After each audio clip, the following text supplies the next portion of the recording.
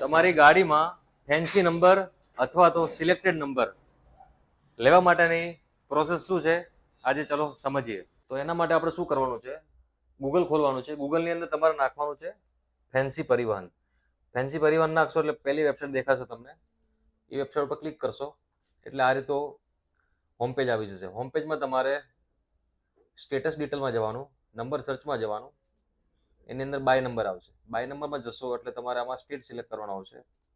State select કરીને તમારો જે સિલેક્ટેડ નંબર, તમારે જે નંબર જોઈએ છે નંબર એડ કરવાનો રહેશે. એના પછી તમારે વેરિફિકેશન કોડ જે બાજુમાં લખેલો છે એ જ કોડ નાખવાનો છે તમારે અંદર.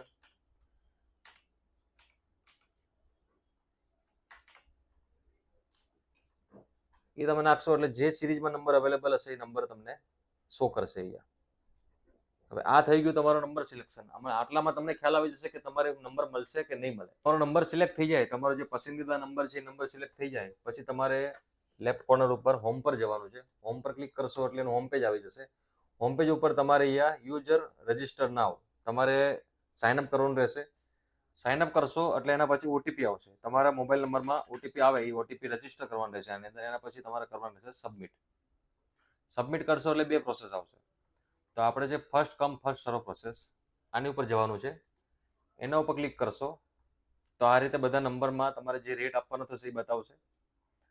2 wheeler plus 4 wheeler, golden number પ્લેટમાં ગોલ્ડન નંબર પ્લેટ નંબર આટલા છે, સિલ્વર નંબર આટલા છે, અધર્સ નંબર આટલા છે. તો એની બાજુમાં ફી પણ લખેલી છે, તો ફી તમે જોઈ શકો છો.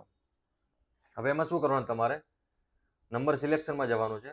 એની ઉપર જે લેફ્ટ સાઈડમાં નંબર સિલેક્શન છે એની ઉપર જશો. એની ઉપર આવશે તમારે જે આરટીઓ લાગુ પડતો હોય તમારે એ આરટીઓ એડ કરવાનું રહેશે. તમારું જે વેહિકલ છે, પ્રાઇવેટ વેહિકલ, કેટેગરી આપણે LMB 4 વ્હીલ માટે નાખીએ. એના પછી આપણે સિલેક્ટ કરીએ જે કેટેગરી આવતી હોય. આપણે ઇજી, આપણે જે પહેલામાં નંબર બતાવેલો હતો 782G20 ચેક અવેલેબિલિટી, તો નંબર તમને શો કરશે કે ભાઈ GJ27 EG 7820 નંબર અવેલેબલ છે. તમારે ફી ભરવાની રહેશે 8000 પ્લસ. સિલેક્ટ કરીને continue two register. Continue two register કરશો એટલે આટલી ડેટા તમારે ભરવાની રહેશે. આટલો ડેટા પછી કર્યા પછી તમે સબમિટ કરશો. સબમિટ કર્યા પછી આની જે ફી ભરશો અને રિસિપ્ટ આવી જશે તમારે. તો આ રીતે તમે નંબર ડાયરેક્ટ લઈ શકો છો.